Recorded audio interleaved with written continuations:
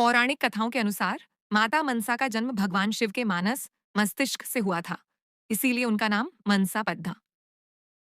कश्यप ऋषि को उनका पिता माना जाता है।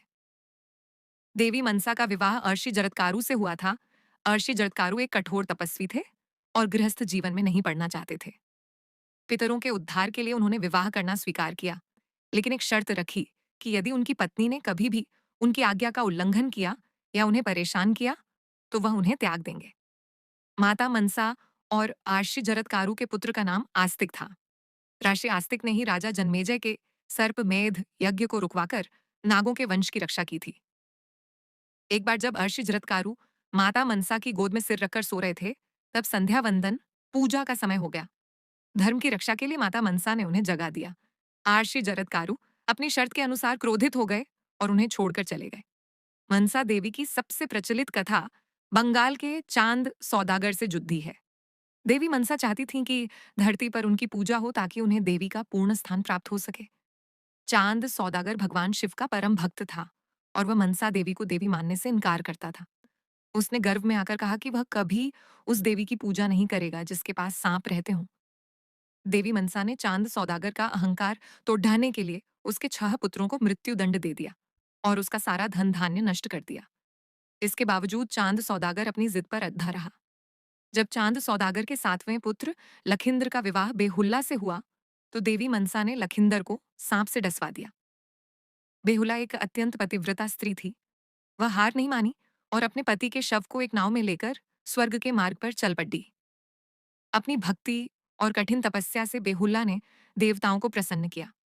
अंततः माता मनसा ने लखिंदर को पुनर्जीवित कर दिया, बशर्ते चांद सौदागर उनकी पूजा करे। अपने पुत्र को जीवित पाकर और बेहुल्ला की भक्ति देखकर चांद सौदागर का हृदय परिवर्तन हो गया।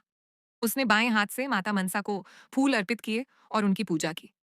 इसके बाद से ही संसार में माता मनसा देवी की पूजा का विधान शुरू हुआ। माना जाता है कि जो व्यक्ति माता मनसा की पूजा करता है, उसे सांपों का भय नहीं रहता और सर्प दोष से मुक्ति मिलती है। मनसा का अर्थ मन की इच्छा भी है, इसलिए भक्त अपनी मुरादें पूरी करने के लिए उनके दरबार, हरिद्वार का प्रसिद्ध मंदिर जाते हैं। माता मनसा देवी को शक्ति का स्वरूप माना जाता है, जो दयालु भी हैं और न्यायप्रिय भी। जब माता सती ने अपने पिता दक्ष के यज्ञ में योग शक्ति से शरीर त्याग दिया था, तब भगवान शिव उनके पार्थिव शरीर को लेकर तीनों लोकों में भ्रमण करने लगे। भगवान विष्णु ने सृष्टि को शिव के मोह और क्रोध से बचाने के लिए सुदर्शन चक्र से सती के शरीर के 51 खंड किए। माता सती का मस्तक ब्रह्मरंध्र हिंगोल नदी के किनारे पहाड़ियों के बीच गिरा, जिससे यह हिंगलाज शक्तिपीठ बना। एक प्राचीन कथा के अनुसार इस क्षेत्र में हिंगुल और मिंगुल नाम के दो अत्याचारी राक्षस भाई रहते थे। उनके आतंक से लोग त्रस्त थे। तब माता ने स्वयं प्रकट होकर मिंगुल का वध किया। हिंगुल ने मरने से पहले माता से वरदान मांगा कि इस स्थान का नाम उसके नाम पर रखा जाए। माता ने उसकी अंतिम इच्छा पूरी की और तब से इस स्थान का नाम हिंगलाज पड्ढा। रामायण काल की एक कथा के अनुसार रावण, जो एक ब्राह्मण था, का वध करने के बाद भगवान श्री राम पर ब्रह्महत्या का दोष लगा था। इस पाप के निवारण और मानसिक शांति के लिए भगवान राम ने अपनी सेना सहित हिंगलाज माता के दर्शन किए थे। वहां उन्होंने एक यज्ञ भी किया था। आज भी वहां राम झरोखा जैसी जगह मौजूद है। यहाँ माता की कोई मानव निर्मित मूर्ति नहीं है।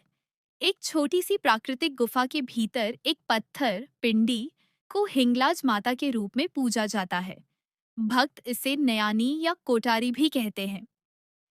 यह मंदिर पाकिस्तान के बलूचिस्तान प्रांत में मकरान तट के पास हिंगोल राष्ट्रीय उद्यान के बीच स्थित है। यहाँ तक पहुँचने का रास्ता रेगिस्तानी और पहाड़ी है। हिंगलाज माता की जो कोई श्रद्धापूर्वक यात्रा करता है, उसे जीवन के कष्टों से मुक्ति मिलती है। दोस्तों, आपको जानकारी अच्छी लगी है तो वीडियो को लाइक करें, चैनल को सब्सक्राइब करें और कमेंट में हर हर महादेव जरूर लिखें। ओम नमः शिवाय। जय श्री राम।